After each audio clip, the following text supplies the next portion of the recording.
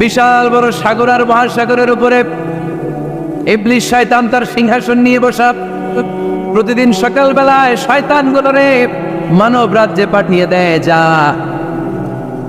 তোরা মানব রাজ্যে চলে যা, যে মানুষকে ওয়াসওয়াসা দেয়, ওয়াসওয়াসা দিয়ে খারাপ কাজ করা। সারাদিন খারাপ কাজ করার পরে কি কি ওয়াসওয়াসা দিল, কি কি খারাপ কাজ মানুষের মধ্যে ঘটালো, সন্ধ্যাবেলায় সব শয়তানে সেই ইবলিসকে বয়ান শোনায়। সন্ধ্যাবেলায় শয়তানগুলো এসে বলে, আমি এক লোককে দিয়ে মিথ্যা কথা বলিয়েছি। আরেক শয়তান বলে, আমি নামাজ কাজা করিয়েছি এক আল্লাহর বান্দাকে দিয়ে। আরেকজন বলে, আমি ওজনে কম দিয়েছি। আরেকজন বলে, আমি সুদের ব্যবসার মধ্যে টাকা লাগানোর ব্যবস্থা করে দিয়েছি। এক একজন এক একটা ওয়াসওয়াসা দিয়ে আল্লাহর মুমিন বান্দাদেরকে ধোঁকা দিয়েছে। এগুলোর ফিরিস্তি এসে সব শয়তানেরা ইবলিসকে শোনায়, কিন্তু কোনো কথাতে ইবলিসের মন ভরে না। কোন শয়তান এসে বলে, আমি তো এমন মদের আড্ডাখানায় নিয়ে গেছি আল্লাহর বান্দাদেরকে, এগুলো নামাজই পড়ে নাই, খালি মদ খেয়েছে। আবার কিছু শয়তান এসে বলে, আমি ক্যাসিনোতে নিয়ে গেছি, ওখানে খালি জুয়া খেলছে। আবার কিছু শয়তান এসে বলে, আমি বাজারের মধ্যে ফরমালিনের এই ওয়াসওয়াসা ঢুকাই দিছি। একটার পর একটা শয়তানি ফিরিস্তি তারা ইবলিসকে শোনায়, কিন্তু কোনো কাজে ইবলিসের মন ভরাতে পারে না। একজন এসে বলে, আনা মা তারাকতুহু বাইনার রাজুলি ওয়া ইমরাআতি হাত্তা ফাররাকতু, আমি একজন ইমানদার নারী পুরুষের মধ্যে ঝগড়া লাগায়া ওই ঝগড়া বাড়াতে তালাক পর্যন্ত নিয়ে গেছে। নাউজুবিল্লাহ পড়বেন না? শয়তান এবার তার উপর খুশি হয়ে যায়। সব শয়তানগুলোকে ঠেলে ইবলিস এই শয়তানকে কাঁধে তুলে নাচতে শুরু করে দেয়। কারণ মুমিন বান্দার সংসার যদি ভেঙে যায় শয়তান খুশি হয়ে যায়, আর মুমিন বান্দার সংসার টিকে থাকলে খুশি হয়ে যায় কে? এজন্য নীলফামারীর ভাইয়েরা, ঝগড়া করা যাবে না।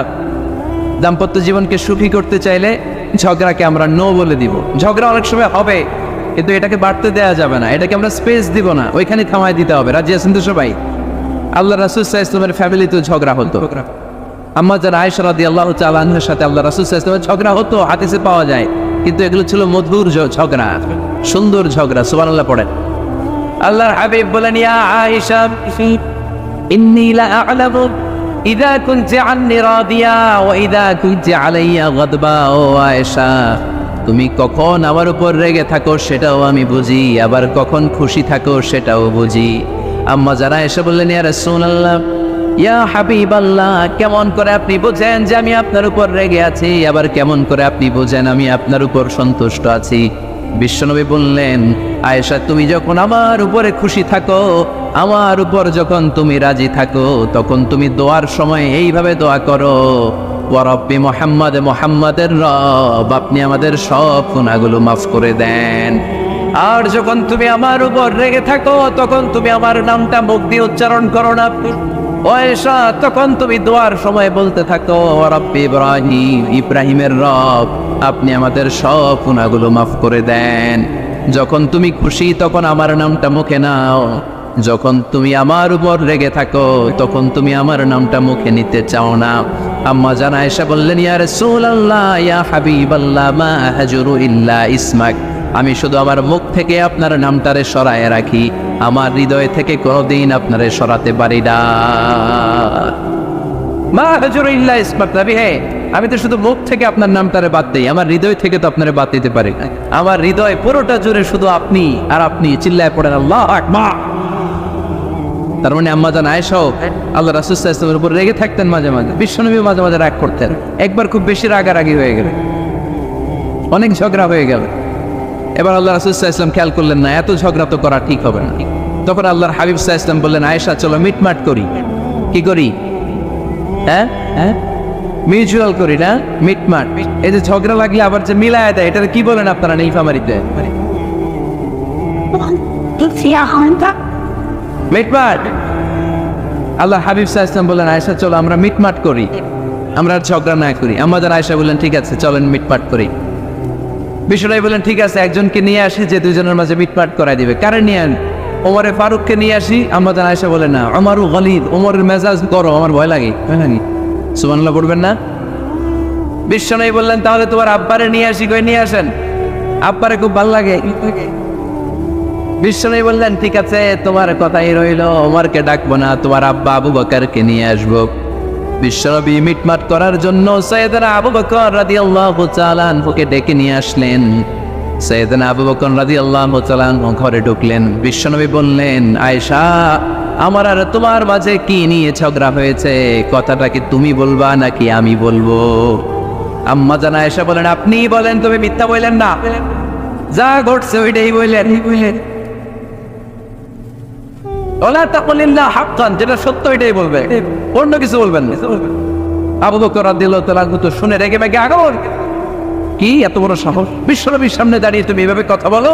এই আদব শিক্ষা দিয়েছি তোমাকে আমি। রেগে গেলেন। বিশ্বনবী কি সত্য ছাড়া মিথ্যা কিছু বলবেন? রেগে মেগে চিৎকার করে মেয়ের গালের মধ্যে দিলেন এক চপেটা গাল, এক থাপ্পড় খেয়ে আম্মা জান আয়েশা উল্টায় পড়লেন। আবার মারার জন্য সাইয়েদনা আবু বকর রাগে গড়গড় করছিলেন, মেয়েরে আবার মারার জন্য উদ্যত হলেন। বিশ্বনবী অবস্থা ভয়ঙ্কর দেখে সাইয়েদনা আবু বকরের সামনে দুই হাত মেলে এইভাবে দাঁড়িয়ে গেলেন। বিশ্বনবীকে যখন আবু বকর রাদিয়াল্লাহু তাআলা আনহু দাঁড়াতে দেখলেন, সাইয়েদনা আবু বকর মুহূর্তের মধ্যে থেমে গেলেন। সুবহানাল্লাহ পড়েন। সাইয়েদনা আবু বকর রাদিয়াল্লাহু তাআলা আনহু ঘর থেকে বের হয়ে গেলেন। এবার বিশ্বনবী আম্মা জান আয়েশার কাছে যেয়ে বলেন, ও আয়েশা, দেখো আমি তোমারে মাইর থেকে বাঁচাইলাম। আমি না থাকলে তোমার বাবা তোমারে আসে শেষ করে ফেলতো, ঠিক কি না? আমি বাঁচাইছি তোমারে। ইয়া আয়েশা কাইফা রাআইতিনি আন খুসতুকি মিনার রাজুল, দেখছো আয়েশা কেমনে বাঁচাইলাম তোমারে?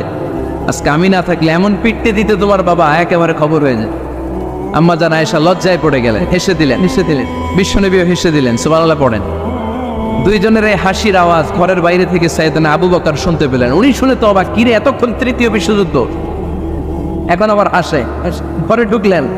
ঘরে ঢুকার পরে আবু বকর রাদিয়াল্লাহু তাআলা আনহু বিশ্বনবীরে বলেন, ইয়া রাসূলুল্লাহ, আশরিকানি ফি সিলবিকুমা কামা আশরাকতুমানি ফি হারবিকুমা। হে আল্লাহর রাসূল, আপনারা দুইজন ঝগড়া লাগলে মিটমাট করার জন্য আমারে যেমনি ডাকেন, আপনারা যখন সুখ আনন্দ আর হাসাহাসিতে ব্যস্ত থাকেন, ওই হাসির সময়গুলোতে শেয়ার করার জন্য তখনও আমার একটু ডাইকেন। পড়েন সুবহানাল্লাহ। ও নবী, শুধু ঝগড়ার সময় ডাইকেন না, কিন্তু শুধু মিলায় দেওয়ার জন্য ডাকবেন না। আপনাদের মধ্যে যখন সুখকর আনন্দময় হাসাহাসির মুহূর্তগুলো কাটে, ওই মুহূর্তগুলোতেও আমাকে এনে আপনারা শেয়ার করে দিয়েন। পড়েন সুবহানাল্লাহ। মুসনাদে আহমদ ইবনে হাম্বলের হাদিস। এই হাদিস প্রমাণ করে আল্লাহ রাসূল সাল্লাল্লাহু আলাইহি ওয়াসাল্লামের বড় ঝগড়া হতো স্ত্রীদের সাথে, তবে মধুর ঝগড়া, শিক্ষণীয় ঝগড়া। আওয়াজ করে বলতে হবে, ঠিক কি না? এজন্য ঝগড়া হবে, কিন্তু ঝগড়াকে বাড়তে দেওয়া যাবে। তাহলে দাম্পত্য জীবন সুখময় করতে গেলে 1 নম্বরে স্যাক্রিফাইস, 2 নম্বরে ঝগড়াকে আমরা কি বলে দিছি আজকে? বলে গেছি ঝগড়াকে কি বলবো? নো। তাসলিমা নামে একটি মেয়ে হারিয়ে গেছে। ওসি সাহেব বলেছেন, পিছনে পুলিশের কাছে যদি পাঠিয়ে দিতে পারেন ভালো হয়। ছোট্ট মেয়ে দেখলে জিজ্ঞেস করবেন, তোমার নাম কি? যদি বলে তাসলিমা, 6 বছর বয়স, ওকে পাঠিয়ে দিবেন। 3 নম্বর, দাম্পত্য জীবন সুখময় করতে চাইলে দাম্পত্য জীবনের কোনো গোপন কথা কারোর সাথে শেয়ার করা যাবে না। এটা কবিরা গুনাহ, এটাকে হারাম বলে ঘোষণা দিয়েছে কে? এটাকে বিষ্ণু বলেছেন আযমুল আমানা। স্বামী স্ত্রীর মধ্যে যে অন্তরঙ্গ মুহূর্ত কাটে, এই মুহূর্তগুলোর কথা কারোর সাথে শেয়ার করা যাবে? নীলফামারীর যুবক ভাইরা চিল্লায় বলে, এগুলো শেয়ার করা যাবে? বিষ্ণু বললেন, খবরদার, এটা আযমুল আমানা। স্বামীর সবকিছু স্ত্রীর কাছে আমানত, স্ত্রীর সবকিছু স্বামীর কাছে আমানত। আবার বিশ্বনবী বলেছেন, যারা স্বামী স্ত্রীর গোপন দাম্পত্য জীবনের কথা অন্যের কাছে শেয়ার করে দেয়, তারা হলো আশারুন নাস, পৃথিবীর মধ্যে সবচাইতে নিকৃষ্ট মানুষ। এরা নিকৃষ্ট, এদের চাইতে নিকৃষ্ট কেউ হতে পারে না। উলাইকা কাল আনআম বাল হুম আদাল। এরা পশুর চাইতেও নিকৃষ্ট, যারা স্বামী স্ত্রীর প্রাইভেট কথা, পার্সোনাল কথা মানুষের কাছে বলে বেড়ায়। আর সিবাহ হারাম, এই গোপনীয় সব কথাগুলোকে অন্যের কাছে প্রকাশ করা হারাম করেছে কে? চিল্লায় বলতে হবে কে? তাহলে খবরদার, নিজেদের দাম্পত্য জীবনের কোনো কিছু অন্যের সাথে শেয়ার করবেন। আমাদের বোনরা অনেক সময় একসাথে বসলে পেটের কথা, পিঠের কথা সব বলে ফেলায়, আছে না নাই? না বোনেরা, সব শেয়ার করলেও আপনাদের দাম্পত্য জীবনের কোনো কথা কখনো কারোর সাথে শেয়ার করতে পারবেন না। 4 নম্বর ফর্মুলা হচ্ছে অহেতুক সন্দেহ পরিহার করতে হবে। অনেক স্ত্রী আছে স্বামীর খালি সন্দেহ করে, আছে না নাই? নীলফামারীতে এই সমস্যা নাই, আছে? এই যে ভুক্তভোগী পাওয়া গেছে, আছে না নাই? আছে, খালি সন্দেহ করে। এই তুমি ওদিকে তাকালে কেন? ওই বেডের দিকে তাকাইলা কেন? এই তোমার মোবাইল দাও, কারে ফোন দিলা দেখি? এই ফেসবুকের পাসওয়ার্ড দাও দেখি কি করছে? দেখি মেসেঞ্জারে কার সাথে চ্যাটিং করছে, আছে না নাই? এই যে অহেতুক সন্দেহ আপনার ফ্যামিলিটারে জাহান্নামের টুকরা বানায় দিন। আবার অনেক স্বামী আছে স্ত্রীকে খালি সন্দেহ করে, এদিকে তাকালে সন্দেহ করে, ওদিকে তাকালে সন্দেহ করে, বাসায় থাকলেও সন্দেহ, বাইরে গেলেও সন্দেহ, এরকম আছে না নাই? না, অহেতুক সন্দেহ এটা পরিহার করবেন। এই সন্দেহ খুব খারাপ জিনিস। আমি ব্যক্তিগতভাবে অনেক কেস এরকম হ্যান্ডেল করেছি। এসে বলে হুজুর খালি সন্দেহ করে, এটা একটা রোগ। এটা কি আপনার ফ্যামিলিটারে শেষ করেছে। এই জন্য অহেতুক সন্দেহ পরিহার করবেন। হ্যাঁ, সত্যি যদি পরকীয়ার কোনো ঘটনা ঘটে থাকে ওটা নিয়ে বসেন, ফেস টু ফেস কথা বলেন, ফ্যামিলি মিটিং করেন, সরাসরি সেটেল করার চেষ্টা করেন। কিন্তু অহেতুক সন্দেহ একটা রোগ। এই রোগ থেকে আল্লাহ তুমি দাম্পত্য জীবনকে বাঁচাও। আমরা আওয়াজ করে পড়বো আমিন। 5 নাম্বার, স্বামী স্ত্রী একে অপরকে আল্লাহর বিধান স্মরণ করায় দিবে। স্বামী যদি ফজরের সময় ঘুমায় থাকে, স্ত্রী ডেকে দেওয়ার দরকার আছে না নেই? আবার স্ত্রী যদি ঘুমায় থাকে, স্বামীর ডেকে দেওয়ার দরকার আছে না নেই? কোন স্বামী যাবে জান্নাতে, তার স্ত্রী যাবে জাহান্নামে। আবার স্ত্রী হবে জান্নাতি, স্বামী যাবে জাহান্নামে। এরকম আমরা চাই নাকি? আমরা যখন জান্নাতে যাব, আমার স্ত্রীর হাত ধরে একসাথে জান্নাতে ঢুকতে চাই, ঠিক কিনা? ঠিক কিনা? আবার আমার স্ত্রী যখন জান্নাতে যাবে, সে একা ঢুকতে পছন্দ করবে? এজন্য আমরা দুনিয়াতে যেমনি এক ছাদের নিচে, এক জায়গায়, এক বাড়িতে, জান্নাতেও আমরা এক বাড়িতে থাকতে চাই। আওয়াজ করে বলতে হবে, ঠিক কিনা? এজন্য গবেষকরা বলেছে স্বামী স্ত্রীর ভালোবাসাটাকে তারা বলে লাভ পিরামিড। কি পিরামিড? লাভ পিরামিড। এই ত্রিভুজ আকৃতি। কিরে ভাই? আচ্ছা, লাভ পিরামিড, ত্রিভুজ আকৃতি, ট্রায়াঙ্গেল। আপনারা ত্রিভুজ চিনেন? চিনেন? কথা কয় না। ত্রিভুজের কয় কোণা? কয় কোণা? 3 কোণা। এই যে এরকম, তাই না? তাই না? এই জন্য স্বামী স্ত্রীর ভালোবাসাটাকে বলে লাভ পিরামিড। উপরে এরকম সমুদ্রের মতো না, উপরে থাকে আল্লাহ, আর ডানে স্বামী, বায়ে স্ত্রী। এই 2 কোণায় স্বামী স্ত্রী, আর উপরের কোণায় আল্লাহ। স্বামী স্ত্রী যদি আল্লাহর আনুগত্যের দিকে যেতে চায়, যতই তারা the couple come to Allah, they come closer to each other। তারা যদি আল্লাহর কাছাকাছি যায়, তারা নিজেরাও কাছাকাছি হয়, ঠিক কিনা? ঠিক কিনা? তারা আল্লাহর কাছে যেতে যেতে যেতে যেতে আল্লাহর ইবাদতে যদি একেবারে আল্লাহর কাছে চলে যায়, তারা নিজেরাও কাছাকাছি চলে যায়, ঠিক কিনা? ঠিক কিনা? আর তারা আল্লাহর আনুগত্য থেকে যত দূরে সরে, তারা নিজেরাও নিজেদের থেকে তত দূরে সরে পড়ে। চিল্লায় বলেন, ঠিক কিনা? লাভ পিরামিড এটা। এই জন্য the closer the couple comes to Allah, the closer the couple comes to each other। কাপল স্বামী স্ত্রী আল্লাহর ভালোবাসা নিজের মধ্যে যত গাঢ় করবে, আল্লাহর আনুগত্য যত বেশি করবে, আল্লাহর ইবাদত যত করবে, নিজেরাও তত কাছাকাছি আসবে। আর আল্লাহর যত বলবে, নিজেদের মধ্যে বড় বড় ফারাক করে দিবে কে? তাহলে এই 5টা বিষয় স্বামী স্ত্রীর উভয়ের উপর বর্তায়। এগুলো মেনে চললে দাম্পত্য জীবনকে সুখময় করে দিবে কে? আল্লাহ। এবার আমরা শুনবো আমাদের বোনদের, গেটে ডান দিকে আমি শুনলাম আমাদের বোনদের বিশাল প্যান্ডেল, আছে না নাই? আজকে বোনদের দিয়ে শুরু করি। স্ত্রীদেরকে আল্লাহ কি দায়িত্ব দিয়েছে একটা ফ্যামিলিকে সুন্দর করতে, একটা দাম্পত্য জীবনকে সুন্দর করতে? স্ত্রীর 1 নম্বর দায়িত্ব হচ্ছে she should make a comfort to her husband। স্ত্রীর উচিত স্বামীর জন্য ঘরটাকে প্রশান্তির নীড় বানিয়ে রাখা। কি বানিয়ে রাখা? প্রশান্তির নীড়। স্ত্রী হওয়া উচিত এমন, যাকে দেখলে স্বামীর চোখ জুড়ায়, স্বামীর প্রাণ জড়িয়ে যায়, স্বামীর হৃদয়টা ঠান্ডা হয়ে যায়, ঠিক কিনা? আর স্ত্রীর দিকে তাকালে যদি মেজাজ গরম হয়ে যায়, মেজাজ খিটখিটে হয়ে যায়, ঝামেলা আছে না নাই? ঝামেলা আছে। এজন্য মেহরবানি করে আমাদের বোনরা যারা, এমন কোনো কাজ করবেন না যেটা স্বামীর মেজাজকে খিটখিটে করে দেয়। কারণ আল্লাহ তাআলা আপনাদেরকে তৈরি করেছে লিতাসকুনু ইলাইহা, স্বামী আপনার কাছে গেলেই যেন তার হৃদয়টা প্রশান্ত হয়ে যায়, ঠিক কিনা? অনেক স্ত্রী আছে না জেনে না বুঝে স্বামীর সাথে এমন খিটখিটে মেজাজ দেখায় যেটা স্বামীর জন্য মেনে নেওয়া কষ্টকর। আমি একটা জরিপে পড়েছি, পৃথিবীর অনেক স্বামী স্ত্রীর কারণে হার্ট অ্যাটাক করে মারা যায়, আছে না নাই? এই তো ভুক্তভোগী পাওয়া গেছে। স্বামীর জন্য একটা ত্রাস হয়ে দাঁড়ায় স্ত্রী, ত্রাস। অনেক স্বামী আছে স্ত্রীর এরকম আচরণের কারণে, অতিরিক্ত প্রেসার ক্রিয়েট করার কারণে স্ত্রীদেরকে ভয় পায়। অবশ্য নীলফামারীর কোনো স্বামী তার স্ত্রীরে ভয় পায় না। ভয় পায়? স্ত্রীরে ভয় পান কে কে দেখি?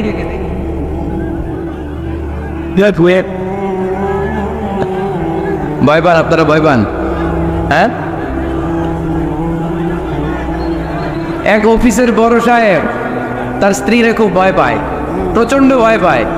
তো সে মনে মনে ভাবলো, দেখি আমার অফিসের যারা স্টাফ আছে, ম্যানেজাররা আছে, এরা কতটুকু ভয় পায়, এরা ভয় পায় কিনা। তো একদিন সকালবেলা অফিসের সব স্টাফগুলোর একসাথে দাঁড় করে বলতেছে, এই আপনারা যারা যারা আপনাদের স্ত্রীদেরকে ভয় পান তারা ডান দিকে যান, আর যারা স্ত্রীকে ভয় পান না এরা বাম দিকে যান। অফিসের সব কর্মচারী ডান দিকে চলে গেছে, সবাই ভয় পায়, একজন শুধু বাম দিকে। বাম দিকে কয়জন ভয় পায় না, আর যারা ভয় পায় এরা ডান দিকে, ডান দিকে সবাই। তো বড় সাহেব ভাবছে, আলহামদুলিল্লাহ আমার অফিসে একজন হইলেও বীর পুরুষ আসছে। তো বীর পুরুষের কাছে যে বলে, ঘটনা কি, আপনি মোটেও ভয় পান না? কয়, স্যার প্রতিদিন অফিস করার জন্য যখন ঘর থেকে বের হয় আমার বউ আমারে বলে দেয়, খবরদার সবাই যেদিকে যায় তুমি কিন্তু ওইদিকে যাইবা না, সবাই যেদিকে যায় তুমি ওইদিকে গেলে খবর আছে। বড় সাহেবকে খবরদার, এটা তো আরো ডরায়, ঠিক কি না? এজন্য বোনদেরকে বলবো, লিতাসকুনু ইলাইহা, এমন ভাবে আপনি আপনার স্বামীর সামনে নিজেকে প্রেজেন্ট করেন যাকে আপনাকে দেখলে আপনার স্বামীর চোখ জুড়িয়ে যায়, হৃদয়টা প্রশান্ত হয়ে যায়, আপনাকে দেখলেই আপনাকে ভালোবাসতে মনে চায়, ঠিক কিনা? এজন্য রব্বুল আলামিন বলেন, আমি নারীদেরকে তৈরি করেছি লিতাসকুনু ইলাইহা, যেন পুরুষেরা স্ত্রীদের সংস্পর্শ যখন পায় পুরুষদের হৃদয়টারে প্রশান্ত করে দেয় কে? রব্বুল আলামিন বলেছেন, খাদিজার জন্য জান্নাতে আমি এমন একটা ঘর বানিয়েছি যেই ঘরের মধ্যে কোনো বিশৃঙ্খলা নাই। খাদিজার জন্য জান্নাতে এমন একটা প্রাসাদ আমি বানিয়েছি যেই প্রাসাদের মধ্যে কোনো আওয়াজ নাই, কোনো কোলাহল নাই। কুরাইশদের মাঝে যখন দাওয়াত দিতেন সব বিশৃঙ্খলা ঝামেলা গোলমাল শেষ করে রাতের বেলায় যখন খাদিজার ঘরে বিশ্বনবী ঢুকতেন, বিশ্বনবীর হৃদয়টারে প্রশান্ত করে দিত কে?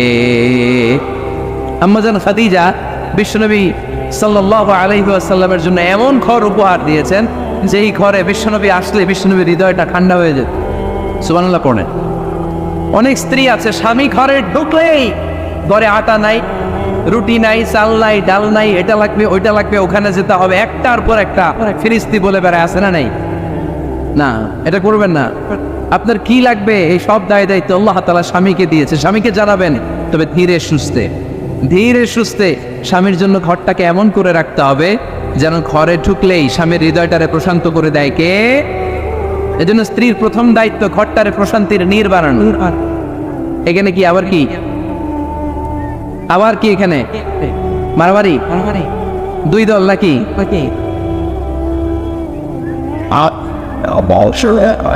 আপনাদের মনোযোগ আছে না গেছে? কষ্ট হচ্ছে? হ্যাঁ, অনেক রাত হয়ে গেছে তো, প্রায় 10:30। হ্যাঁ, তাকবীর পড়েন, লিল্লাহে তাকবীর। তো কিছু লোক ওঠা বসা শুরু করলেন কেন? হ্যাঁ, 1 নাম্বার 2 নাম্বার 3 নাম্বার নাই তো আবার? হ্যাঁ, 1 নাম্বার নাকি পেশাব করা, 2 নাম্বার নাকি টয়লেটে যাওয়া, 3 নাম্বার নাকি এইটা। বিড়ি খান আপনারা? বিড়ি আর সিগারেটের সাথে মুসলমানের সম্পর্ক আছে না। কোন মুসলমান সিগারেট খেতে পারে, বিড়ি টানতে পারে? কারণ এটা এমন একটা খাবার যে খাবার টয়লেটে ঢুকেও খাওয়া যায়। সিগারেট ছাড়া কোনো খাবার টয়লেটের ভেতরে খাওয়া যায়? কথা বলেন, খাওয়া যায়। এবং সিগারেট পৃথিবীর এমন খাবার যে খাবারের গায়ে এই খাবারের বদনাম লেখা থাকে, ঠিক কিনা? সিগারেট ছাড়া পৃথিবীর কোনো খাবারে ওই খাবারের বদনাম আছে? কথা বলেন। ধরেন আপনাদের নীলফামারীতে নতুন 1 প্যাকেট বিস্কিট বেরোচ্ছে, যে বিস্কিটের গায়ে লেখা এই বিস্কিট খাওয়ার 1 ঘন্টার মধ্যে ডায়রিয়া শুরু হবে। ওটা খাইবেন কে? খাবেন আপনারা? কি বলবেন দোকানদারে, তোর বিস্কিট তুই খা, তোর ডায়রিয়া হোক, ঠিক কিনা? কিন্তু সিগারেটের গায়ে কিন্তু লেখা থাকে স্মোকিং কজেস ক্যান্সার, ধূমপান স্বাস্থ্যের জন্য ক্ষতিকর, ধূমপান কর্কট রোগের কারণ, ধূমপান করলে এটা বিষপানের শামিল। এই সিগারেট এটা তৈরি হয় তামাক পাতা থেকে, টোবাকো প্ল্যান্ট। এই তামাক পাতা চাষ হয় নাকি নীলফামারীতে? হ্যাঁ, বাংলাদেশে সবচেয়ে বেশি। সবচেয়ে বেশি নীলফামারীর কোন থানায়? সদরে, শহর অঞ্চলে চলে। আচ্ছা, এই তামাক পাতার চারদিকে বেড়া দেওয়া লাগে না, জানেন? কারণ ছাগলও মুখ দেয় না। তো যেটা ছাগলে খায় না ওটা মানুষ খাইতে পারে? আওয়াজ করে বলেন। তাহলে ঝগড়ারে যেমনি আজকে আমরা নো বলে দিলাম, এই সিগারেট, এই মাদক, এগুলাকে আজকের প্রোগ্রাম থেকে আমরা নো বলে দিব। পারা যাবে? মাদককে আমরা নো বলে দিলাম। আওয়াজ করে বলেন, মাদক আর সিগারেটকে কি বললাম? নো। আল্লাহ তুমি বুঝার তৌফিক দান করো, আমরা পড়ি আমিন। একটা সুখী দাম্পত্য জীবনের জন্য স্ত্রীর 2 নাম্বার দায়িত্ব হচ্ছে স্বামীকে ইন্সপায়ার করা, স্বামীকে সাহস যোগানো, পিছন থেকে ড্রাইভিং পুশের মতো কাজ করা। কারণ স্বামীকে যখন স্ত্রী সাহস যোগায়, স্বামীর সাহস বেড়ে যায়, ঠিক কিনা? আল্লাহর হাবিব সাল্লাল্লাহু আলাইহি ওয়াসাল্লামের কাছে কোরআনের আয়াত নাযিল হলো, ইকরা বিসমি রাব্বিকাল্লাযী খালাক খালাকাল ইনসানা মিন আলাক ইকরা ওয়া রাব্বুকাল আকরাম আল্লাযী আল্লামা বিল কলম আল্লামাল ইনসানা মা লাম ইয়ালাম। পড়েন আল্লাহু আকবার। সূরাতুল আলাকের 5 আয়াত হেরা গুহায় যখন নাজিল হয়ে গেল, বিশ্বনবী সাইয়েদনা জিবরাইলকে নিজ আকৃতিতে দেখলেন। পা থেকে মাথা পর্যন্ত থেকে বিশ্বনবী ভয় পেয়ে গেলেন। বিশ্বনবী সাল্লাল্লাহু আলাইহি ওয়াসাল্লাম জীবনে 2 বার সাইয়েদনা জিবরাইল আলাইহিস সালামকে ওনার আসল আকৃতিতে দেখেছিল। আওয়াজ করে বলতে হবে, কয়বার? এক হচ্ছে মেরাজ রজনীতে সিদরাতুল মুনতাহায়, 2 হচ্ছে প্রথম যখন কোরআনের আয়াত নাজিল হয়, বিষ্ণু সাল্লাল্লাহু আলাইহি ওয়াসাল্লাম দেখলেন বিশাল একজন ব্যক্তি, পাটা হচ্ছে হেরা গুহায় আর মাথাটা হচ্ছে আকাশের উপরে। এই বিশাল একটা লোক, সে কোরআনের 5 আয়াত নিয়ে এসেছে সূরাতুল আলাক, আর বলতে শুরু করেছে, ইয়া মুহাম্মদ ইকরা, আপনি পড়ুন, আপনি পড়ুন, আপনি পড়ুন। 3 বার পড়ার আদেশ করার পরে বিষ্ণু সাল্লাল্লাহু আলাইহি ওয়াসাল্লাম পড়তে আরম্ভ করলেন, ইকরা বিসমি রাব্বিকাল্লাযী খালাক খালাকাল ইনসানা মিন আলাক ইকরা ওয়া রাব্বুকাল আকরাম আল্লাযী আল্লামা বিল কলম আল্লামাল ইনসানা মা লাম ইয়ালাম। বিষ্ণু সাল্লাল্লাহু আলাইহি ওয়াসাল্লাম পড়তে আরম্ভ করলেন। প্রথম কোরআনের আয়াত যখন নাজিল হয়ে গেল, বিষ্ণু সাল্লাল্লাহু আলাইহি ওয়াসাল্লাম ভয় পেয়ে গেলেন। হাত নাড়াচ্ছেন কেন আপনারা? হ্যাঁ, কি স্ক্রিনে দেখা যায়? আহারে কি আনন্দ, আকাশে বাতাসে সবাই খুশির ঠেলায়, খুশিতে আনন্দের ঠেলায় না? আল্লাহর হাবিব সাল্লাল্লাহু আলাইহি ওয়াসাল্লাম ভয় পেয়ে গেলেন। আপনাদের মনোযোগ তো নাই মনে হচ্ছে, তা হাত নাড়াচ্ছেন কেন? এদিকে তাকা। খরগোশের কানের মতো কান দুটারে খাড়া করে। কোরআনের আয়াত যখন নাজিল হলো, আল্লাহ রাসূল সাল্লাল্লাহু আলাইহি ওয়াসাল্লাম ভয় পেয়ে গেলেন। বিষ্ণু সাল্লাল্লাহু আলাইহি ওয়াসাল্লামের হৃদয় কাঁপতে আরম্ভ করল। কোরআনের 5 আয়াত নিয়ে হেরা গুহা থেকে বিশ্বনবী আম্মা জান খাদিজাতুল কুবরা রাদিয়াল্লাহু তাআলা আনহার কাছে চলে আসলেন। এসে ডেকে বললেন, খাদিজা জাম্মিলুনি জাম্মিলুনি, কম্বল দিয়ে তুমি আমারে চাপা দাও, আমার ভয় লাগছে, মনে হয় আমি বাঁচবো না। আম্মা জান খাদিজা বললেন, কি হয়েছে আপনার? বিশ্বনবী বললেন, বিশাল বড় একটা লোক কোরআনের 5 আয়াত নিয়ে এসেছে। ওই লোকের পা হেরা গুহার মধ্যে, মাথাটা আকাশের উপরে, এত বিশাল সত্তা, বিশাল কোনো মানুষ জীবনে আমি দেখি নাই। এসে সে পরিচয় দিয়েছে সে নাকি জিবরাইল ফেরেশতা। বিশ্বনবী বললেন, মনে হয় আমি বাঁচবো না, আমার জ্বর চলে এসেছে, আমার হৃদয়ের মধ্যে কাঁপুনি শুরু হয়েছে, তুমি আমারে কম্বল দিয়ে চাপা দাও। আম্মা জান খাদিজা বললেন, ও নবী ভয় পাবেন না, আমার আল্লাহ কোনোদিন আপনারে অপমান করবেন না। সুবহানাল্লাহ পড়েন। ওয়াল্লাহি ওয়াল্লাহি লা ইউখজিকাল্লাহু আবাদা। নবী গো, আল্লাহ আপনার অপমান করবেন না, কারণ আপনার মধ্যে এমন এমন ভালো ভালো গুণ আছে, এই গুণাবলীগুলি যে মানুষের মধ্যে থাকে তাকে আমার রব কোনোদিন অপমান করতে পারে না। চিল্লায় বলেন ঠিক কি না? নবী হে, ইন্নাকা লা তাসিলুর রাহিমা, আপনি আত্মীয়তার সম্পর্ক বজায় রাখেন। ও নবী, তাসদুকুল হাদিসা, সব সময় আপনি সত্য কথা বলেন। ওয়া তাহমিলুল কাল্লা, আপনি মানুষের বোঝা টেনে দেন। ওয়া তাকসিবুল মা'দুমা, যার উপার্জন করার কেউ নাই, নিজে গায়ে খেটে আপনি তারে উপার্জন করে দেন। ওয়া তুআইনু আলা নাওয়াইবিল হক, সত্য যেখানে বিপন্ন সেখানে আপনি সাহসী সৈনিকের মতো দাঁড়িয়ে যান। সুবহানাল্লাহ। রব্বুল আলামিন বলেন, হুন্না লিবাসুল লাকুম ওয়া আনতুম লিবাসুল লাহুন। ও নারীরা, তোমরা তোমাদের স্বামীদের পোশাক, আর তোমাদের স্বামীরা হলো তোমাদের পোশাক। পোশাক যেমনি লজ্জাস্থানকে ঢেকে রাখে, ঈমান ইজ্জতের হেফাজত করে, আব্রু ঢেকে রাখে, তেমনি স্বামী তার স্ত্রীর চরিত্রের হেফাজত করে, স্ত্রী তার স্বামীর চরিত্রের হেফাজত করে।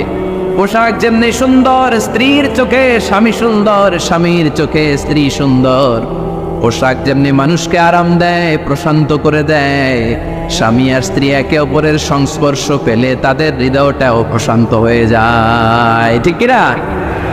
এজন্য আল্লাহ তাআলা পোশাকের সাথে তুলনা করেছেন। পোশাক একে অপরের পোশাক, পোশাক চামড়ার সাথে লেগে থাকে না, আলাদা থাকে, কি থাকে। তার মানে স্বামী স্ত্রীর সম্পর্কটা এরকম মিলেমিশে ভালোবেসে একাকার, ঠিক না? আর নিসাউ শাকাইকুর রিজাল, নারীরা পুরুষদের কাউন্টার পার্ট। নারী হচ্ছে পুরুষের সহযোগী। এই পৃথিবীর এই সভ্যতা, এই সিভিলাইজেশন, এই উন্নয়ন, এই ডেভেলপমেন্ট, এটা শুধু পুরুষরা করে নাই। এই উন্নয়নের অংশীদারিত্বে আমাদের বোনদের, নারীদেরও হাত আছে না নেই? এজন্য কাজী নজরুল বলেছেন, এ বিশ্বে যা কিছু সুন্দর চিরকল্যাণকর, অর্ধেক তার করিয়াছে নারী, অর্ধেক তার নর। চিল্লায় বলেন ঠিক কিনা? এজন্য এই মহাবিশ্বের এই সভ্যতায় আপনাদের যেমনি অবদান, আমাদের বোনদেরও অবদান আছে না নেই? স্বামী স্ত্রী এই দুজন মিলে এই বিশ্ব সভ্যতা তৈরি হয়েছে। এজন্য দুজনের মধ্যে সম্পর্ক হবে পোশাকের মতো। পোশাক যেমনি দেহের সাথে লেগে থাকে, স্বামী স্ত্রীর মধ্যে এরকম সুসম্পর্কের দরকার আছে না নাই? আচ্ছা, আজকে আমরা জানার চেষ্টা করব কি করে স্বামী আর স্ত্রীর মধ্যে এই সুসম্পর্ক বাড়ানো যায়, ইনক্রিজ করা যায়।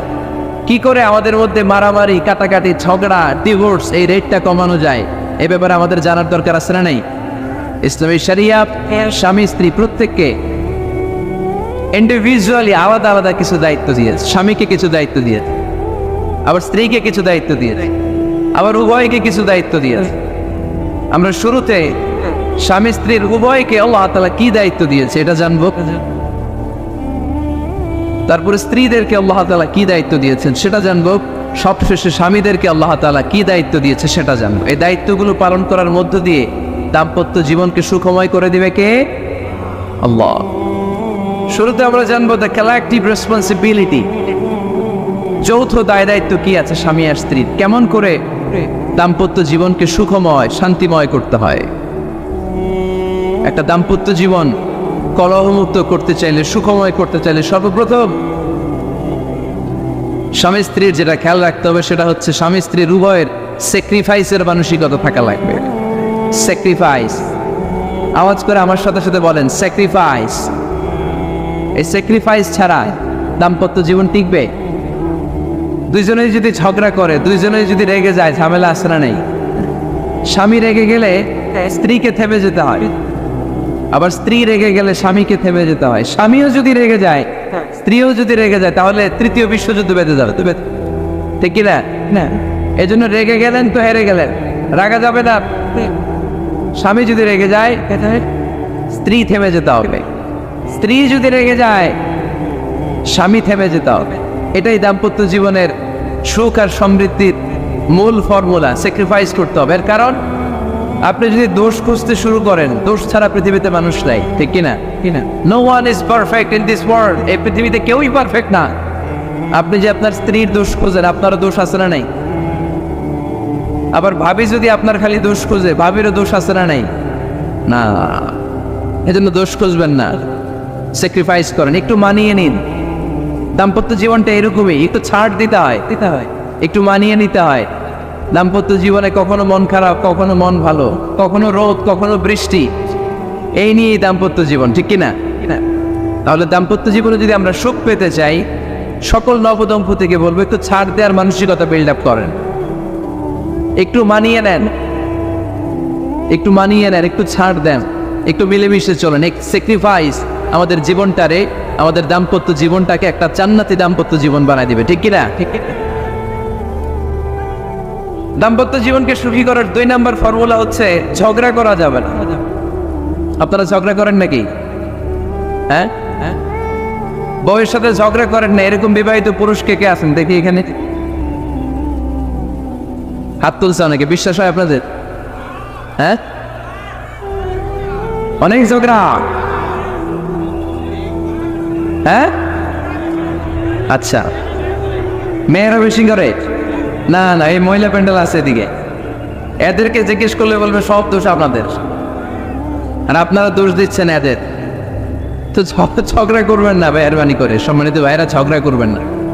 কারণ এই ঝগড়া থেকে, সামান্য ঝগড়া থেকে অনেক সময় বিচ্ছেদের দিকে চলে যায় সম্পর্ক। ছোট্ট ঝগড়া থেকে যেতে যেতে ঝগড়া বাড়তে বাড়তে ডিভোর্সের দিকে গড়া, এরকম আছে না? নাই না, সামান্য ঝগড়া যদি বেঁধে যায়, শয়তান এটার মধ্যে বাতাস দেয়, এটারে বাড়াতে বাড়াতে শয়তান অনেক বড় করে। ইমানদারদের পরিবার ভেঙে গেলে শয়তান খুশি, আর ইমানদারদের পরিবার টিকে থাকলে আমার আল্লাহ খুশি। আমরা কার খুশি চাই? জোরে বলতে হবে, খুশি চাই কার? শয়তান সব সময় চায় ইমানদারদের ফ্যামিলি ভেঙে দিতে। Always it tries his level best to break down the relationship of a moving family. একজন ইমানদারের ফ্যামিলি কি করে ব্রেক ডাউন করে দেয়া যায়? যেন ঝগড়াই করবো না আমরা। আপনি ঝগড়া করলে ভাবি যেন ঠান্ডা থাকে, ভাবি ঝগড়া শুরু করলে আপনি ঠান্ডা থাকবেন। ঝগড়া করা যাবে না, কিন্তু ঝগড়া হয়ে যায় ফ্যামিলিতে, এটাকে চেক দিতে হবে। ঝগড়া নিয়ে অনেক মজার মজার গল্প আছে। একটা গল্প দিয়ে আজকে শুরু করি। এক লোক মাহফিল শেষ করে 11টার দিকে বাসায় ফিরেছে। তো বাসায় ঢুকার আগে তার ওয়াইফকে ফোন দিয়েছে। ফোন দিয়ে বলতেছে, এই মাহফিল শেষ, আমি কিন্তু বাসায় চলে আসতেছি, শুরু করার আগে তাড়াতাড়ি দরজাটা খোলো। তো স্ত্রী আবার রাতের খাবার স্বামীকে ছাড়া খায় না। তো স্ত্রী দরজা খুলে দাঁড়ায় আছে, স্বামী বেচারা আসছে। আসার পরে স্ত্রীকে বলতেছে, এই শুরু করার আগে রাতের খাবার দিয়ে দাও, খেয়ে নেই। তো স্বামী ওয়াশরুম থেকে ফ্রেশ ট্রেশ হয়ে আসছে, স্ত্রী বেচারিও ডাইনিং টেবিলে খাবার দিয়েছে। এবার স্বামীও খেতে বসেছে, স্ত্রীও খেতে বসেছে। স্বামী আবার বলতে আরম্ভ করছে, শুরু করার আগে ফ্যানটা ছাড়ো, খুব গরম লাগতেছে। এবার তো স্ত্রী রেগে বেগে, কি আসার পর থেকে শুরু করার আগে, শুরু করার আগে, শুরু করার আগে, কি শুরু করার আগে? স্বামী বলতেছে, এই তো শুরু হয়ে গেল, এই শুরু হয়ে গেল। মানে কি? ঝগড়া। নীলফামারীর ভাইয়েরা, এটা শুরু করা যাবে না। শুরু করবেন আপনারা, ঝগড়া করবেন। আমাদের ফ্যামিলিগুলো থেকে ঝগড়াকে আজকে থেকে আমরা নো বলে দিলাম। মানে না, ঝগড়াকে কি বললাম? সবাই বলতে পারেন না, আওয়াজ করে বলেন, ঝগড়াকে আমরা কি বলবো? নো। ঝগড়া করা যাবে। শয়তান ঝগড়া বাঁধে, দেখো অবস্থা। সহিহ মুসলিমের হাদিস, ইন্না ইবলিসা ইয়াদাউ আরশাহু আলাল মা থুম্মা ইয়াবআসু। যারা চলে যায় ওনারা বেঁচে যায়, বিপদে পড়ে আছে আমরা, ঠিক কিনা? ওনাদের ওই পালাটা শেষ, কেউ থাকতে পারবে না। বিশ্বনবীও চলে গেলেন, বিশ্বনবীরও এই এন্তেকালের, মৃত্যুর যে কষ্ট, এটা ভোগ করা লেগেছে, ঠিক কিনা? এজন্য কারো রেহাই নাই। আকসিরু যিকরা হাযিমিল লাযযাত, জীবনের সব স্বাদকে পানসা করে দেয় ওই কষ্টের বিষয়, মানে মরণকে বেশি বেশি স্মরণ করো। কিন্তু আমরা মৃত্যুর কথা বেমালুম ভুলে যাই। আমাদের লাইফস্টাইল দেখলে মনেই হয় না যে আমরা এই পৃথিবী ছেড়ে চলে যাব, ক্ষণিকের জন্য এসেছি। বিশ্বনবীর সাহাবারা বলতেন, যখন সকাল হয় সন্ধ্যার জন্য অপেক্ষা করো না, আবার যখন সন্ধ্যা পর্যন্ত পৌঁছবে পরদিন সকালের জন্য অপেক্ষা করো না, তার আগেই ডাক চলে আসতে পারে, ঠিক কিনা? আবার বিশ্বনবী বলতেন, নামাজে যখন দাঁড়াও, সাল্লু সালাতান মুআদ্দিয়া, মনে করো এটাই তোমার জীবনের হতে পারে শেষ নামাজ। Perform the Salah as if this is your last and final prayer. এমনভাবে সালাত পড়ো, মনে করো হতে পারে এটা জীবনের শেষ নামাজ। এজন্য কেউ থাকতে আসি নাই, চলে যাব। আমার নানা ভাই যেমনি চলে গেলেন, আমরাও চলে যাব, ঠিক কিনা? শুয়ে আছেন আমাদের পাশেই। আমরা দোয়া করি, আল্লাহ তাআলা ওনার কবরটাকে তুমি জান্নাতুল ফেরদাউসের বাগান বানাও, ওনার কবরের সাথে জান্নাতের একটা কানেকশন তৈরি করে দাও। আমার নানা ভাইয়ের যে স্বপ্নগুলো ছিল, যে অসমাপ্ত কাজগুলো ছিল, এগুলো যেন বর্তমান পীর সাহেব গোলাম পরওয়ার সাইদি আরাফাত, উনি আপনাদের সবাইকে একসাথে নিয়ে অসমাপ্ত কাজগুলো যেন সমাপ্ত করতে পারে, আমরা দোয়া করি। আমরা আওয়াজ করে পড়ি আমিন। আজকের প্রোগ্রামের সভাপতিত্ব করছেন মাওলানা গোলাম পরওয়ার সাইদি আরাফাত, পীর সাহেব আড়াইবাড়ি দরবার শরীফ, কুমিল্লা। আল্লাহ পাক ওনার যোগ্যতাকে আরও বাড়িয়ে দিক।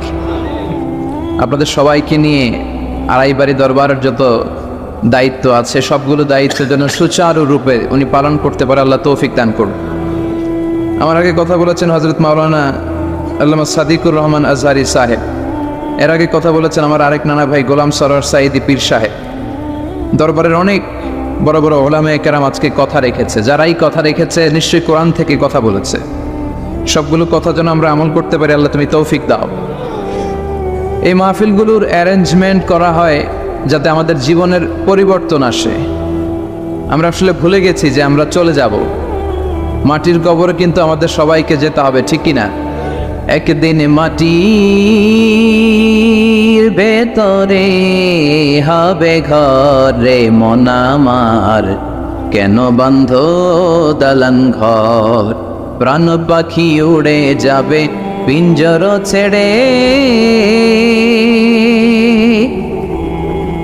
ধরা ধামে সবই রবে তুমি যাবে চলে, বন্ধু বান্ধব যত মাতা পিতা দ্বারা সুত সবই হবে তোমার পরে মন আমার, কেন বন্ধ দালান ঘর, একদিন মাটির ভেতরে হবে ঘরে মন আমার, কেন বন্ধ দালান ঘর, ঠিক কিনা? চলে যেতে হবে। এজন্য এটা যেন আমাদের মাথায় থাকে যে আমরা থাকতে আসি নাই, আমাদের আখিরাতটা যেন সুন্দর হয়, সবসময় এই চিন্তা রাখতে হবে। আমাদের মোরাল বেসিস, আমাদের ethical level is going down, ইখলাস তাকওয়া ইজ গোয়িং ডাউন। আল্লাহর উপর ভয়, আল্লাহর উপর অগাধ বিশ্বাস এবং আস্থা দিন দিন আমাদের কমছে, আর দুনিয়াকে পাওয়ার লোভ আমাদের বাড়ছে, ঠিক কিনা? কিন্তু আমরা থাকতে আসি নাই, চলে যাব। আমাদের অনেক লাগবে। গোটা বিশ্বে দেখবেন যে একটা প্রতিযোগিতা মানুষের মধ্যে, ছুটছে মানুষ পাগলের মতো, আরো লাগবে, আরো টাকা লাগবে, আরো সম্মান লাগবে, আমার আরো দাপট লাগবে, আরো জায়গা লাগবে, আরো ফ্ল্যাট লাগবে, আছে না নাই? বিশ্বনবী বলেন বনি আদমের প্রত্যেককেও যদি একটা স্বর্ণের পাহাড়ের মালিক বানিয়ে দেয়া হয়, কিসের পাহাড়? কথা বলেন। আচ্ছা, একটা স্বর্ণের পাহাড়ের মালিক যদি আপনি হন, আপনার পুরো 14 পুরুষ মিলে ওই স্বর্ণের পাহাড় যদি বিক্রি করেও খান, ওই পাহাড়ের অর্ধেকও শেষ করতে পারবেন? বিশ্বনবী বললেন প্রত্যেককে যদি একটা স্বর্ণের পাহাড়ের মালিকও বানিয়ে দেয়া হয়, প্রত্যেকে চাবে আরো একটা স্বর্ণের পাহাড় কেমনে নেওয়া যায়। কত বড় টাকা, ঠিক কিনা? ওয়ালা ইয়ামলা আফাহু ইল্লা তুরাব, কবরের মাটি ছাড়া কোনো কিছু বনি আদমের এই মুখকে বন্ধ করতে পারবে? আরো লাগবে, খাই খাই খাই খাই, আরো দাও, পাই নাই, এরকম অসন্তোষ আছে না নাই? অল্প খাবেন, অল্প পড়বেন, অল্প জমাবেন, অল্পের ভেতরে বরকত দিছে কে? এজন্য বেশি বেশি আমরা করব না, অল্পে সন্তুষ্ট থাকবো, আর শুকর করবো একজনের, তিনি কে? কারণ তিনিই পারেন আপনার মনের সব জ্বালা যন্ত্রণা দূর করে দিতে। আল্লাহ পাক আমাদেরকে সহি সমঝ দান করুক। সবাই পড়েন আমিন। আপনাদের কষ্ট হচ্ছে না তো? বলেন কি, রাত বাজে 11:30, শহরের ভেতরে এত রাতে কথা বলা যায়? হ্যাঁ, কথা বলা যাবে? তো আমরা খুব বেশি লম্বা চূড়া সময় নিব না। শহরের মানুষ খুব ব্যস্ত থাকে, কারো অফিস আছে সকালে, কারো ব্যবসা প্রতিষ্ঠান খুলতে হবে। তো আমরা অল্প কয়েক মিনিট, অল্প সময় কথা বলবো, বেশি লম্বা সময় নিব না। তবে যতক্ষণ শুনবো মনোযোগের সাথে শুনবো, ইনশাল্লাহ পড়েন। আর ওঠা বসা করা যাবে না, করা যাবে? তো আমরা অল্প কয়েক মিনিট কথা শুনবো আমলের নিয়তে। আগে নিয়তটাকে খালিস করে নেই যে আল্লাহ, এই যে এত দামি সময় ব্যয় করে আমরা আসলাম, যা শুনবো এটা যেন আল্লাহ আমল করতে পারি। চিল্লায় পড়েন আমিন। আজকে কোরআনের সবচেয়ে দামি সূরাটা নিয়ে আমি কথা বলবো। সবচেয়ে দামি কোরআনে মোট সূরা কয়টা? সবাই বলেন। আমি যখন কথা বলি আমি ক্লাস নেই, তাফসির মাহফিলরে আমি বলি কি ক্লাস। তো ক্লাসে উত্তর করতে হয়। আমি সোজা কথার মানুষ, সোজা কথায় বিশ্বাসী, এত প্যাচগোজ নাই, সহজ কথা আমি ক্লাস করি। আমি তাফসির মাহফিলকে নিয়েছি যে আমি প্রতিদিন রাতে একটা করে শীতকালে ক্লাস করি। তো এই ক্লাসে উত্তর দিতে হয়। টিচার যদি প্রশ্ন করে উত্তর দেওয়ার দরকার আছে না নেই? আর টিচার প্রশ্ন করে, টিচার শিখায়, ছাত্র অমনোযোগী, ফেল করার সম্ভাবনা আছে না নেই? তো আমরা যেন পাশ করতে পারি, ঠিক কিনা?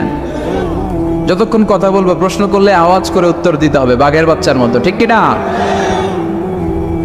আজকে কোরআনের সবচেয়ে দামি সূরাটা নিয়ে আমি কয়েক মিনিট কথা বলবো, ইনশাআল্লাহ পড়েন। এবার বলেন কোরআনের সবচেয়ে দামি সূরা কি? হ্যাঁ, আর ইখলাস, আর ইয়াসিন, আর রহমান, আর বাকারা। বাকারা মানে কি? গাবি মানে কি? গরু। গাবি মানে নাকি গরু? তো গাভীর নামে আল্লাহ কোরআনে একটা সূরা দিলেন। গাভীর দুধ খাবেন বেশি বেশি। বিষ্ণু বলতেন আলাইকুম বি আলবানিল বাকার, তোমরা গরুর দুধ খেও। ফাইন্নাহা তুরাম্মু মিনাল আশজার, কেননা গরুর দুধ এটা ঘাস পাতার নির্যাস। গরু কি খায়? ঘাস খায়। আবার বিষ্ণু বলতেন গরুর গোশত খায়ও কম, দুধ খায়ও বেশি, কেননা ফাইন্না ফি লাবানিহা শিফা, গরুর দুধে আছে শিফা, ও ফি লাহমিহা দা, আর গোশতে আছে রোগ। এখন অনেক ডাক্তারের সিরিয়াল দিতে গেলে ডাক্তার বলে লাল গোশত যারা খায় এরা যেন আমার সিরিয়াল না নেয়, কারণ আমি যতই ওষুধ দিব কোনো কাজ করবে না। Red meat is strictly prohibited for my patient. আমার রোগীর জন্য লাল মাংস খাওয়া নিষিদ্ধ। গরুর গোশতের ভেতরে আছে রোগ, কোলেস্টেরল বেশি। খেয়াল রাখবেন, যেই প্রাণীর পা বেশি ওই প্রাণীর গোশতের ভেতরে কোলেস্টেরল বেশি। মাছের পা আছে? কথা বলেন। মাছে কোনো কোলেস্টেরল নেই, সুবহানাল্লাহ পড়ে। মুরগির পা কয়টা? দুইটা, তার মানে কিছু আছে, তাই না? গরুর পা কয়টা? তার মানে কোলেস্টেরলের পরিমাণ বেশি না কম? এবার বলেন চিংড়ি মাছের পা কয়টা? কয় হুজুর হিসাব নাই। তাহলে কোলেস্টেরলেরও হিসাব নাই। এগুলো কম কম খেতে হবে, ঠিক কি না? তো এজন্য দুধ খেতে হবে বেশি। জান্নাতে যারা যাবে আল্লাহ তাআলা জান্নাতীদের জন্য 4টা শারাবান তাহুরা রাখবেন। ওয়াসাকাহুম রাব্বুহুম শারাবান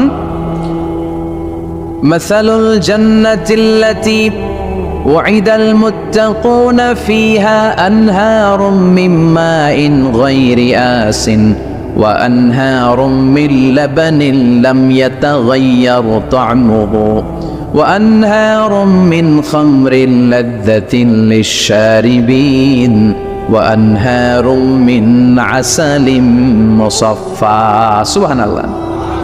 জান্নাতে যারা ঢুকবে জান্নাতীদের গলায় যেন কোনো তৃষ্ণা না লাগে, এজন্য আল্লাহ তাআলা জান্নাতের ভেতরে 4 ধরনের শারাবান তাহুরার ঝর্ণা রাখবেন। কয় ধরনের? 1 নাম্বার হচ্ছে মিনারেল ওয়াটারের ঝর্ণা। মিনারেল ওয়াটার খান আপনারা? কোনটা খান? মাম খান, কেউ ফ্রেশ খায়। আর অ্যাকুয়াফিনা, আর কি খান? স্পা। আর কিনলে, এটা সবচেয়ে ভালো, এটার মধ্যে ঝামেলা কম, এটা টেস্ট করে জানা গিয়েছে। কিনলে খাবেন কোকা-কোলা কোম্পানির, এটা ভালো পানি। কিনলে সবচেয়ে purified water ever in Bangladesh. বাংলাদেশে পাওয়া পরীক্ষিত সবচাইতে বিশুদ্ধ পানি হচ্ছে কিনলে। তো একজনকে মার্কেটিং করে দিতেছে হুজুরে। ভালো জিনিসের প্রশংসা করতে হয়, ঠিক কিনা? তো জান্নাতে যারা যাবে তাদের জন্য আল্লাহ তাআলা 4 ধরনের শারাবান তাহুরা রাখবে। সুবহানাল্লাহ কইবেন না? 1 নাম্বার মিনারেল ওয়াটার, মিনারেল ওয়াটারের ঝর্ণা, আপনি ওখান থেকে তেদারসে পান করবেন। নাম্বার 2 দুধের ঝর্ণা, দুধের ঝর্ণা, ফ্রেশ মিল্ক এর ঝর্ণা থাকবে। নাম্বার 3 মধুর ঝর্ণা, মধু খাবেন বেশি বেশি, মধুর মধ্যেও শিফা আছে। এই কোরআনে 2টা জিনিসের ক্ষেত্রে আল্লাহ উল্লেখ করেছেন শেফা। এক হচ্ছে কোরআন, কোরআনটা নিজেই শেফা, সুবহানাল্লাহ। আর হচ্ছে মধু, মধুর ভিতরে শেফা আছে না নাই? আছে। তো বিশুদ্ধ পানির ঝর্ণা, দুধের ঝর্ণা, মধুর ঝর্ণা। আরেকটা থাকবে মদের ঝর্ণা। সুবহানাল্লাহ বাড়িতে গিয়ে বললেন, দুনিয়াতে মদ খাওয়া হারাম করছে কে? আর ওই আল্লাহ জান্নাতে আপনাদেরকে মদ খাওয়াবে। বোতলের মদও আছে, এটার নাম রাহিকুম মাখতুম, সিল্ড ওয়াইন। মিজাজুহা কাফুরা, কর্পূরের ফ্লেভার থাকবে। মিজাজুহু মিন তাসনিম, তাসনিমের ফ্লেভার থাকবে। মিজাজুহা জানজাবিলা, জিঞ্জার ফ্লেভার, আদার ফ্লেভার থাকবে। সুবহানাল্লাহ পড়েন। কিন্তু ওই মদ খেলে মুখে দুর্গন্ধ হবে না, মাথায় মাতলামি আসবে না। আল্লাহু আকবার। কারণ ওই মদটা জান্নাতের যে সুন্দর সুন্দর সুঘ্রাণওয়ালা গাছ আছে, ফুল আছে, ওই ফুলের নির্যাস থেকে আল্লাহ বানাবেন। সুবহানাল্লাহ পড়েন। সেজন্য এই 4 ধরনের সুপেয় পানি আল্লাহ তাআলা জান্নাতীদের জন্য রাখবেন। এর চেয়ে দামি একটা পানি রাখবেন, ওইটার নাম হচ্ছে আল কাউসার। কি নাম? পড়েন, ইন্না আ'তাইনাকাল কাউসার ফাসাল্লি লিরাব্বিকা ওয়ানহার ইন্না শানিআকা হুয়াল আবতার। সুবহানাল্লাহ। কাউসারের একটা ঝর্ণা থাকবে, এই কাউসারের পানি আহলা মিনাল আসাল, হাউজে কাউসারের পানি মধুর চেয়েও মিষ্টি। আবিয়াদু মিনাল লাবান, দুধের চেয়েও সাদা। আবরাদু মিনাস সালজ, বরফের চেয়েও ঠান্ডা। এক ঢোক যে খাবে চিরকালের জন্য তৃষ্ণা মিটে যাবে। এই সবগুলো যেন আল্লাহ আমরা পান করতে পারি। আর জোরে পড়েন আমিন। জান্নাত এমন জায়গা যে জায়গায় শুধু শান্তি আর শান্তি। জান্নাতে অশান্তি আছে? মারামারি, কাটাকাটি, কিলাকিলি, হরতাল, টেনশন, ব্যারাম আছে কি? আরাম। জান্নাতে আছে কি? নাই কি? ব্যারাম। আরামের জায়গা, কোনো টেনশন নাই। জান্নাতের ভিতরে রোদ নাই, বৃষ্টি নাই, ভূমিকম্প আছে? দুনিয়াতে ভূমিকম্পের টেনশন হয় না? বন্যা আছে জান্নাতে? পুলিশের দৌড়ানি, র্যাবের দৌড়ানি আছে? বাড়ি ভাড়ার টেনশন, বিদ্যুৎ বিল, গ্যাসের বিল, গমে ধরে না আমাদের, ঠিক কি না? জান্নাতে কোনো টেনশন না। জান্নাত হচ্ছে আরামের জায়গা। আপনারা যারা যাবেন জান্নাতে 60 হাত লম্বা হয়ে ঢুকবেন। আহলুল জান্নাতে জুরদা ওয়া মুরদা, জান্নাতীরা হবে পশমবিহীন। এই যে দুনিয়াতে দাড়ি রাখা ওয়াজিব বা সুন্নাতে মুআক্কাদা, কিন্তু জান্নাতীদের গালে কোনো দাড়ি থাকবে না, মোজ থাকবে না, গায়ে পশম থাকবে না। আবনাউ সালাসিন ওয়া সালাসিন, সব জান্নাতি পুরুষরা হবে 33 বছরের তাগড়া যুবক। আল্লাহ, এখানে যেমনি আমরা একত্রিত হলাম, তোমার জান্নাতেও যেন আমরা একত্রিত হতে পারি, তুমি তৌফিক দাও। আর জোরে পড়েন আমিন। এতগুলো কথা কোত্থেকে এসেছে জানেন? জিজ্ঞেস করেছিলাম সবচেয়ে দামি সূরা কোনটা? একজন বলছে বাকারা। বাকারা মানে গাভী, গাভী থেকে দুধ, দুধ থেকে জান্নাত। সুবহানাল্লাহ পড়েন। কোরআনের কথা শেষ হতে চায় না, ইন্টার রিলেটেড, তাই না? একটার সাথে আরেকটা মিলে থাকে। খেয়াল রাখবেন, আল্লাহর কথা রাসূলের কথায় কোনো ফাঁক ফোকর নাই, আছে? এজন্য এই দুইজনের কথাই আমরা মানব। বিদায় হজের ভাষণে বিশ্বনবী বলেছিলেন, লাকাদ তারাকতু ফীকুম আমরাইন লান তাদিল্লু মা তামাসসাকতুম বিহিমা কিতাবাল্লাহ ওয়া সুন্নাত রাসূলি। আমি তো চলে যাব, রেখে যাব দুটো জিনিস, যদি দুটো জিনিসকে মেনে চলো কখনো বিভ্রান্ত হবে না। একটা হচ্ছে আল্লাহর কিতাব, আর একটা হচ্ছে বিশ্বনবীর সুন্নাত। এই দুইটা আমরা আঁকড়ে ধরবো। রাজি আছেন তো? পৃথিবী যেদিকে যাক আমি থাকবো দুইটা নিয়ে, ইনশাআল্লাহ। পড়েন, কোরআনের সবচেয়ে দামি সূরা কোনটা বলেন? ফাতিহা। কিছু বলতেছে ফাতিহা, পিছনের ভাইরা কি বলবেন? হ্যাঁ, ইয়াসিন। আর আচ্ছা, এবার বলেন, আমি সহজ করে দিই, বলেন কোন সূরা না পড়লে নামাজ হয় না? এবার ক্লু পাইছে, এবার ক্লু পেয়েছে। এই সূরা ছাড়া নামাজ হয় না। আমি যদি পড়াই হবে না, এই মসজিদের ইমাম সাহেব পড়াইলে হবে না, কিন্তু বাইতুল মুকাররমের খতিব পড়াইলে আবার হবে। হবে না? শাইখ আব্দুর রহমান সুদাইস পড়ালে তো হবেই। খাইছে কত বড় মুফতি দেখছেন, ফতোয়া দিয়ে দিচ্ছে জি না, আসলেই হবে না। কারণ এটা এমন সূরা, এই সূরা না পড়লে নামাজ হয় না। বিশ্বনবী বুখারীর বর্ণনায় বলেছেন, আ'যামুস সুওয়ার ফিল কোরআন, কোরআনের সবচেয়ে দামি সূরা। এটা আমার বানানো কথা না, সবচেয়ে দামি সূরা। এই সূরার মতো সূরা কোরআনে তো নাই, তাওরাতের ভেতরেও নাই, ইনজিলের ভেতরেও নাই, জাবুরের ভেতরেও নাই। 60টা মাত্র আয়াত। কয়টা? কার কার মুখস্থ নাই? হাত তোলেন। সূরা ফাতিহা মুখস্থ নাই কার কার? হাত তোলেন। হিন্দু ভাই নাই কেউ? আমাদের অনেক মাহফিলে হিন্দুরা আসে, হিন্দুদেরও মুখস্থ। সুবহানাল্লাহ কইবেন না? আমি একবার লঞ্চের ভেতরে তুফানে পড়ছিলাম, তো লঞ্চ ডুবে যাবে তুফানের ধাক্কায়। তো দেখলাম লঞ্চের ভেতরে শুধু মুসলমানরাই জিকির করে না, হিন্দুরাও জিকির করে। তুফান থেমে যায়, জিকিরও থেমে যায়। কত বড় ডাকাত! তুফান শুরু, জিকিরও। সবার মুখে এক চিৎকার, বাঁচাও। আমি বললাম, কে বাঁচাবে? হুজুর আমনে। ভাবছে আমি দোয়া কালাম পড়লে বেঁচে যাবে। তো আমি বললাম, আমি যে বাঁচাবো, আমারে বাঁচাবে কি? মনে রাখবেন, কেউ বাঁচাতে পারে না, একজন ছাড়া। চিৎকার করে বলতে হবে, তিনি কে? কোরআনের সবচেয়ে দামি সূরার নাম সবাই বলেন। এই সূরাতুল ফাতিহার মাত্র 7টা আয়াত। কয়টা আয়াত? এই 7টা আয়াত নিয়ে কয়েক মিনিট একটু আল্লাহর রাস্তায় কুরবানি করা যাবে না? কান দুইটা খরগোশের মতো খাড়া করে, খরগোশ কান খাড়া করে শোনে, এজন্য খুব পিন ড্রপ সাইলেন্ট, পিনপতন নীরবতাও খরগোশ কান দিয়ে শুনতে পায়। এই সূরাটা হচ্ছে আউয়ালু সূরা নাযালা কামিলান মিনাল কোরআন, কোরআনের সর্বপ্রথম নাজিল হওয়া পূর্ণাঙ্গ সূরা। এই সূরার আগে কোন সূরা পূর্ণাঙ্গ একসাথে নাজিল হয় নাই। কোন সূরার 5 আয়াত, 10 আয়াত, 20 আয়াত। আপনারা যে এখন সুন্দর কোরআন দেখতেছেন, বিশ্বনবীর সময় কি এই কোরআন ছিল? না। 23 বছরের লম্বা জিন্দিগিতে বিশ্বনবীর কাছে এই কোরআন নাজিল হয়েছে। পরবর্তীতে এটার কম্পাইলেশন করা হয়েছে, scripture, holy scripture, the Quran, whereof there is no doubt, no suspicion in it, and a guidance to those who are muttaqin.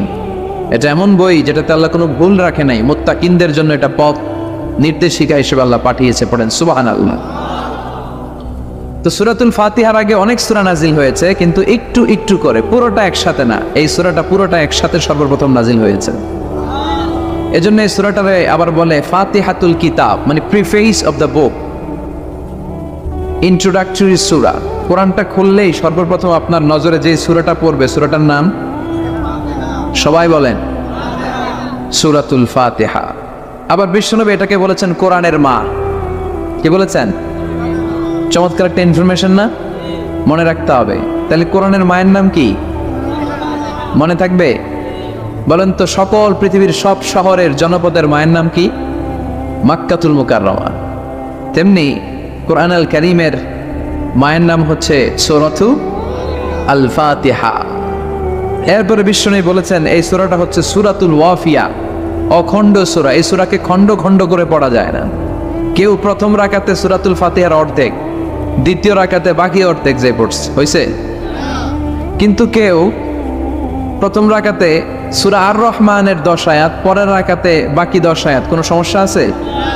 সমস্যা নাই। তার মানে এই সূরার নাম সূরাতুল ওয়াফিয়া, অখণ্ড সূরা। মানে এই সূরাকে খণ্ড খণ্ড করে পড়া যায় না, পড়লে পুরোটাই পড়তে হয়। সুবহানাল্লাহ পড়েন। আবার এই সূরার আরেকটা নাম হচ্ছে সূরাতুদ দোয়া, দোয়ার সূরা। কিসের সূরা? কেমন করে আল্লাহর কাছে প্রার্থনা করতে হয়, দোয়া করতে হয়, ফরিয়াদ করতে হয়, সে কথা এই সূরার ভেতরে আছে না নাই? কারণ এই সূরাতে আমরা প্রতিদিন একটা দোয়া করি, ইহদিনাস সিরাতাল, মানে কি? আল্লাহ আমাকে সরল সঠিক পথ দেখাও। আমাদেরকে পথ দেখায় কে? চিল্লায় বলেন। আমি যদি কোনো দিন পথে ভুলে যাই, হাত ছানি দিয়ে কাছে নিও, মমতার বন্ধনে আমায় বেঁধে সব ভুল ক্ষমা করে দিও। আমি যদি কোনো দিন পথে ভুলে যাই, হাত ছানি দিয়ে কাছে নিও, মমতার বন্ধনে আমায় বেঁধে সব ভুল ক্ষমা করে দিও। পড়ে না আমি। আমরা যদি পথ ভুলে যাই, আমাদের পথ দেখায় কে?